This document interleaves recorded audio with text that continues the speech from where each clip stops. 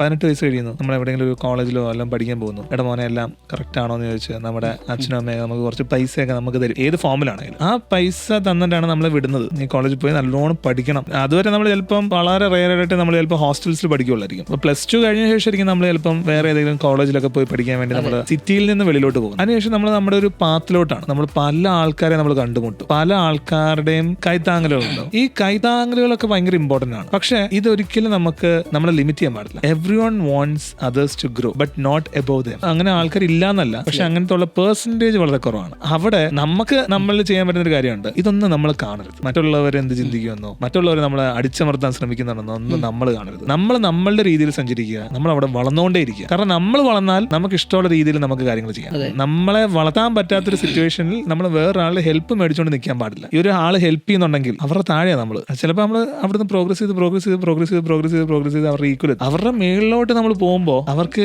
നമ്മളോട് ചിലപ്പോൾ ദേഷ്യം തോന്നും, ഇവൻ എന്താ അഹങ്കാരം കാണിക്കുന്നു. അവർക്ക് അവിടെ സഹതാപം മാറി, അവർക്ക് പതുക്കെ അവിടെ അസൂയ തുടങ്ങും, കുശുമ്പ് തുടങ്ങും. ചിലപ്പോൾ നല്ല രീതിയിലുള്ളതായിരിക്കും. അത് നമ്മൾ ഐഡന്റിഫൈ ആയുള്ള ഒരു കാര്യം നമുക്കുണ്ടാവും. പക്ഷെ നമ്മൾ ഇവിടെ നിൽക്കാൻ പാടില്ല, നമ്മൾ ഇവിടോട്ട് അങ്ങ് ഉയർന്നോണം. അവിടെ ഉയർന്നു കഴിഞ്ഞാൽ അസൂയപ്പെടാനോ കുശുമ്പാകാനോ ഒന്നും ഇല്ല. നമ്മുടെ ലൈഫിൽ നമുക്ക് കോൺസ്റ്റന്റ് ആയിട്ട് ചെയ്യാൻ പറ്റുന്നത് നമ്മുടെ കാര്യത്തിൽ ഫോക്കസ് ചെയ്ത്, നമ്മുടെ പ്ലാനിൽ ഫോക്കസ് ചെയ്ത് ഗ്രോ ചെയ്യാന്നുള്ളതാണ്. നിങ്ങളെ ലിമിറ്റ് ചെയ്യാനെന്ന് തോന്നുന്ന, നിങ്ങളെ ഡിസ്റ്റർബ് ചെയ്യുന്നെന്ന് തോന്നുന്ന, നിങ്ങളെ പ്രശ്നത്തിലാക്കുന്ന കാര്യങ്ങളിൽ നിങ്ങളതിനെ ഇഗ്നോർ ചെയ്യുക.